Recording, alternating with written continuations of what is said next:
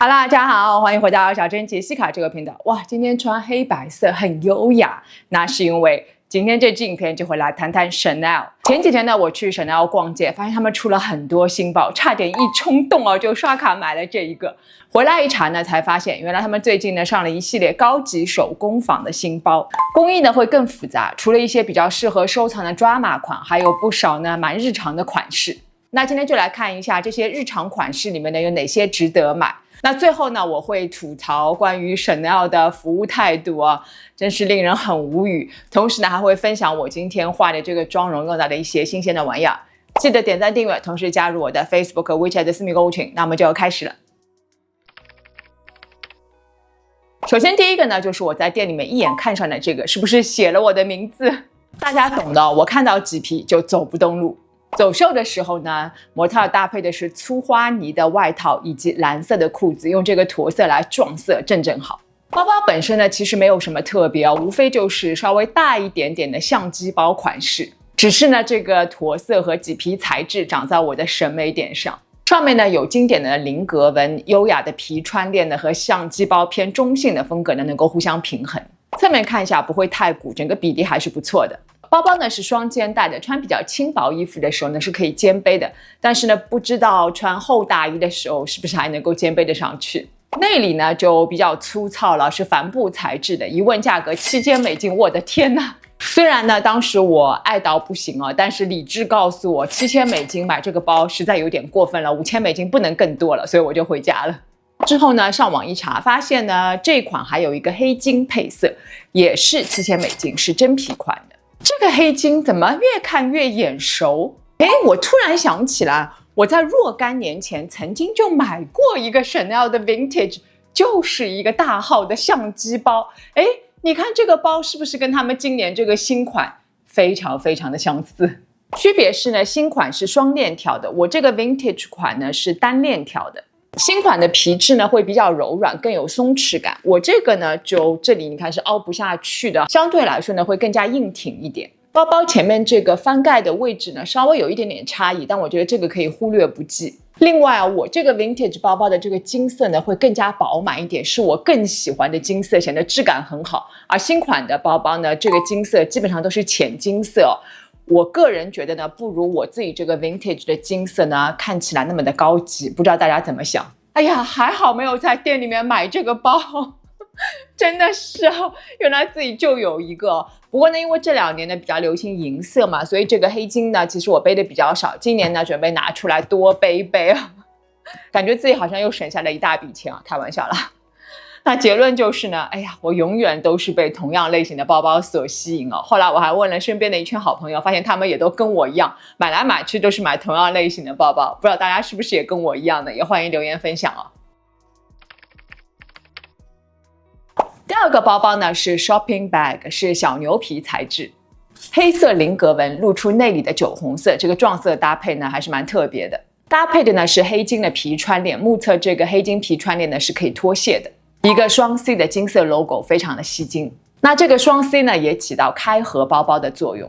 这个包包呢长度都快赶上13英寸了，是属于蛮能装的。模特呢搭配黑白斑马纹的衣服手拎这个包包，这个包包内里的酒红色呢和这件外套内里的酒红色的皮带以及鞋子是互相呼应的。包包的这根金色的皮穿链呢就这样自然垂落下来，能够打破黑色包包的沉闷。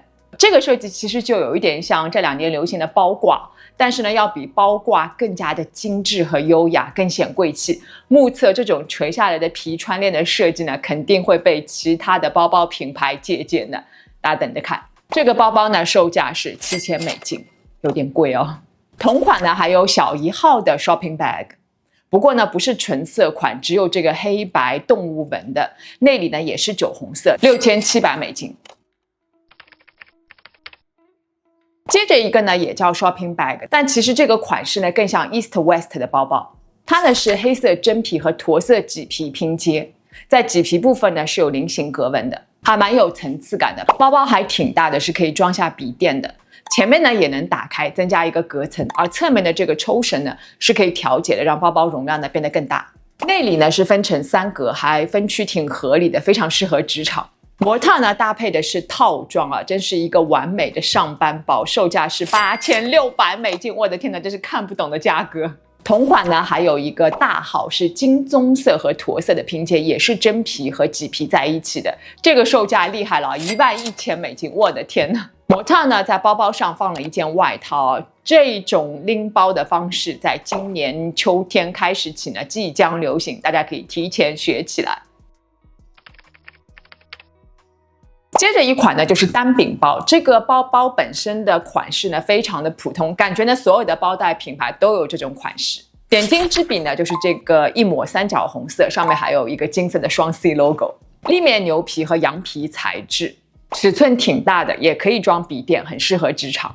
内里呢是酒红色真皮，模特呢是把它背在肩膀上，上面呢也是搭了一件外套，你看跟之前那个包包拎着的时候放一件外套是同样的思路哦。不过呢，我个人感觉单柄包其实还是更适合手拎哦，会更加有腔调，更好看一点。这个包包$8300哦。都看到这里了，如果还没有关注小镇杰西卡的朋友呢，记得动动手指打开小铃铛关注我，就可以看到我随时的更新了。也记得加入我的 Facebook、WeChat 的私密购物群，在那里呢我会分享我的同款、明星同款以及全球更多更好的折扣等你来玩。也记得关注我的 Instagram 号。好，那我们就接着往下说。终于接下来一个是5字开头的包包了，就是这个小号的保龄球包。小羊皮搭配菱形格纹，颜色蛮特别的，是比较深的这种卡其色，还是蛮柔和的，搭配浅金色的5金件。但是这个侧面我觉得比例好像有点问题，特别的厚哦，背上身感觉会很 bulky。皮穿链上面呢还有2个金色的双 C logo， 蛮大蛮显眼的。内里呢是酒红色，看起来是真皮的，这个包包是$5100。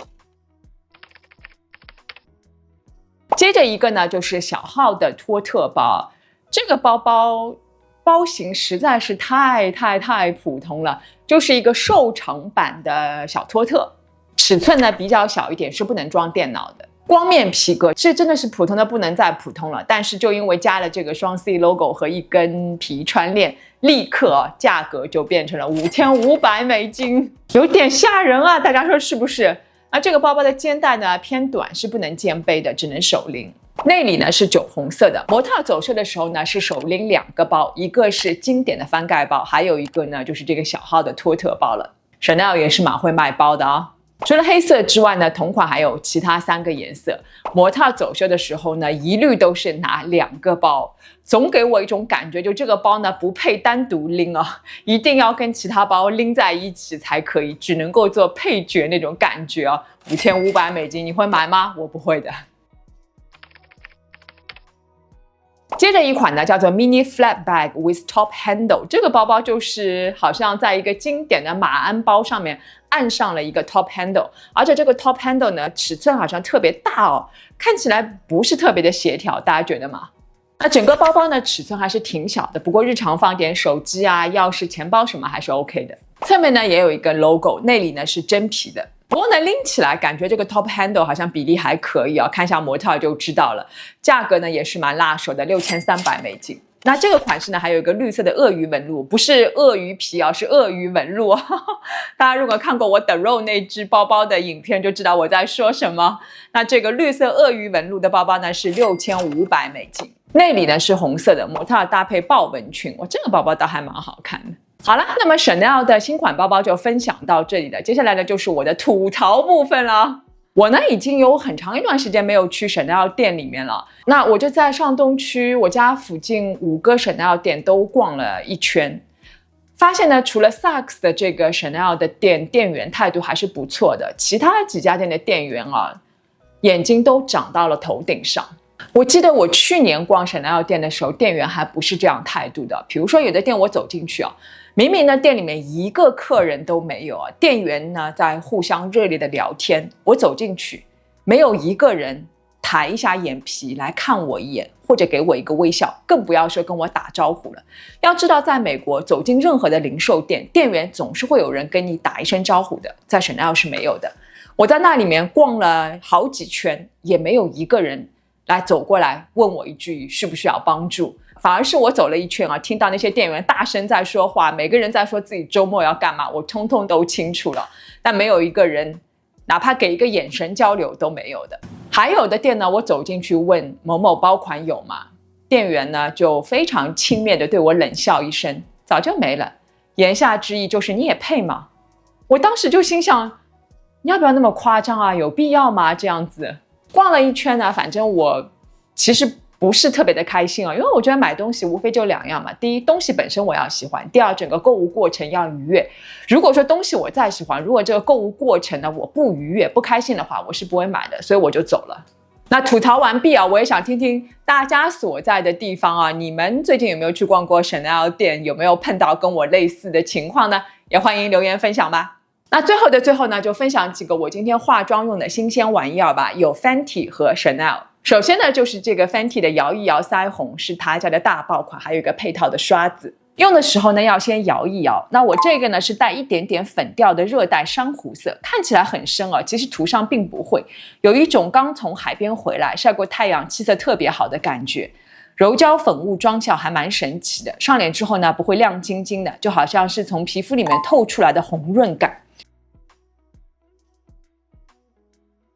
而且呢，这个腮红比较好的就是它不太容易脱妆啊，是防水防汗的。这点呢，我觉得要比很多其他的小众品牌的彩妆呢都要好。另外呢，它也不会斑驳的，大家可以放心。那因为呢，我化妆技术不是很高超啊，有的时候这个腮红，你看我有一半呢打得太深了，那这时候呢，我就会用这个 bronzer 呢压一压，稍微晕开一点就可以了。那这个呢也是来自 Fenty 的，是我最近很喜欢的一个产品。它虽然叫 bronzer， 也就是古铜粉，但其实因为我选的这个色号呢是最浅的一个，并不会很深啊，上脸呢不会让皮肤变黑的，反而有一种非常自然、被阳光亲吻过的健康肤色，有一点点柔焦雾面的妆效，而且呢还能够起到定妆的效果。你看我上了一半的脸啊，大家感受一下是不是就很好看？当然上全脸的话呢，妆效会更好一点。那最后这个呢，就是 Chanel 的这个双头的唇釉了。这个呢是我今年2月份买的，到现在都很喜欢。哎 ，Chanel 的包买不起，买一个唇釉还是可以的啊。它呢是双头的，一头呢是偏灰一点的玫瑰色，和我这个腮红颜色是完美匹配的。还有一头呢就是亮晶晶的唇蜜，涂上之后呢就有玻璃唇的效果。而且这个双头的唇釉最大的特点就是不容易脱色。你看我现在就涂上了，对吧？哎，我用杯子来测试一下，你看基本上是没有颜色的，对不对？那我这个颜色呢也是蛮推荐的，也是个很日常的颜色。好了，那么今天的分享就到这里了。如果喜欢这支影片的话呢，记得给我点一个赞吧。如果还没有关注小珍杰西卡的朋友呢，记得动动手指，打开小铃铛关注我，就可以看到我随时的更新了。也记得加入我的 Facebook、WeChat 的私密购物群，同时呢关注我的 Instagram 号啊。那我们就下支影片见哦，拜拜。